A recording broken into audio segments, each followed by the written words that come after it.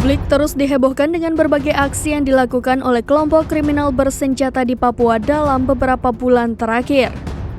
Saat ini kelompok yang dipimpin Egyanus Kogoya tersebut melakukan penyanderaan terhadap salah satu pilot berkebangsaan Selandia Baru yakni Kapten Philip Mark Martin sejak 7 Februari 2023 lalu.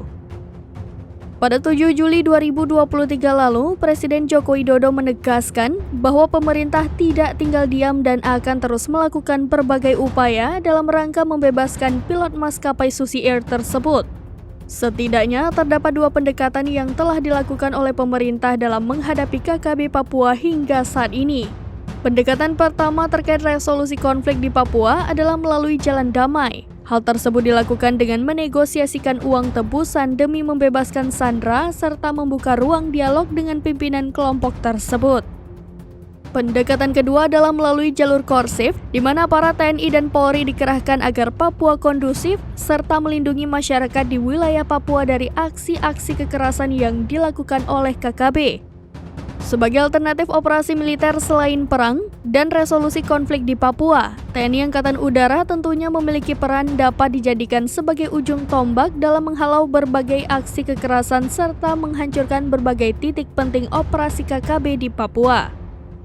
Terkait hal tersebut, Komando Pasukan Gerak Cepat sebagai salah satu kotama pembinaan TNI Angkatan Udara memiliki kemampuan potensial yang dapat digunakan guna meraih tujuan tersebut melalui kapabilitas Ground Forward Air Control atau GFAC yang dimilikinya.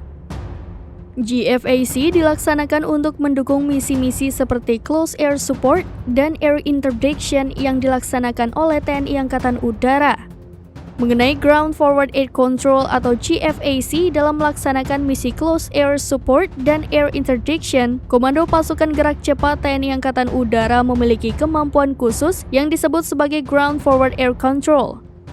Menurut petunjuk teknis yang dimiliki oleh Kopasgat, GFAC adalah kemampuan untuk mencari, menganalisa, menginformasikan, mengarahkan dan mengoreksi perkenaan sasaran yang akan dihancurkan baik oleh pesawat tempur maupun helikopter serbu atau serang milik kawan, serta pesawat tanpa awak atau Unmanned Combat Aerial Vehicle pada saat pelaksanaan CAS dan AI. Hal ini dilakukan untuk menghancurkan atau melemahkan kekuatan potensial lawan dan melancarkan gerak maju pasukan kawan dalam pelaksanaan operasi. Sebagai informasi, Close Air Support adalah misi yang dilaksanakan oleh pesawat-pesawat fixed dan rotary wing kawan terhadap target kekuatan darat dan laut milik musuh yang berada dalam jarak dekat dengan kekuatan darat kawan. Misi ini dapat dikategorikan sebagai bantuan serangan udara dalam mendukung pasukan kawan serta menghancurkan titik-titik tertentu yang penting bagi musuh.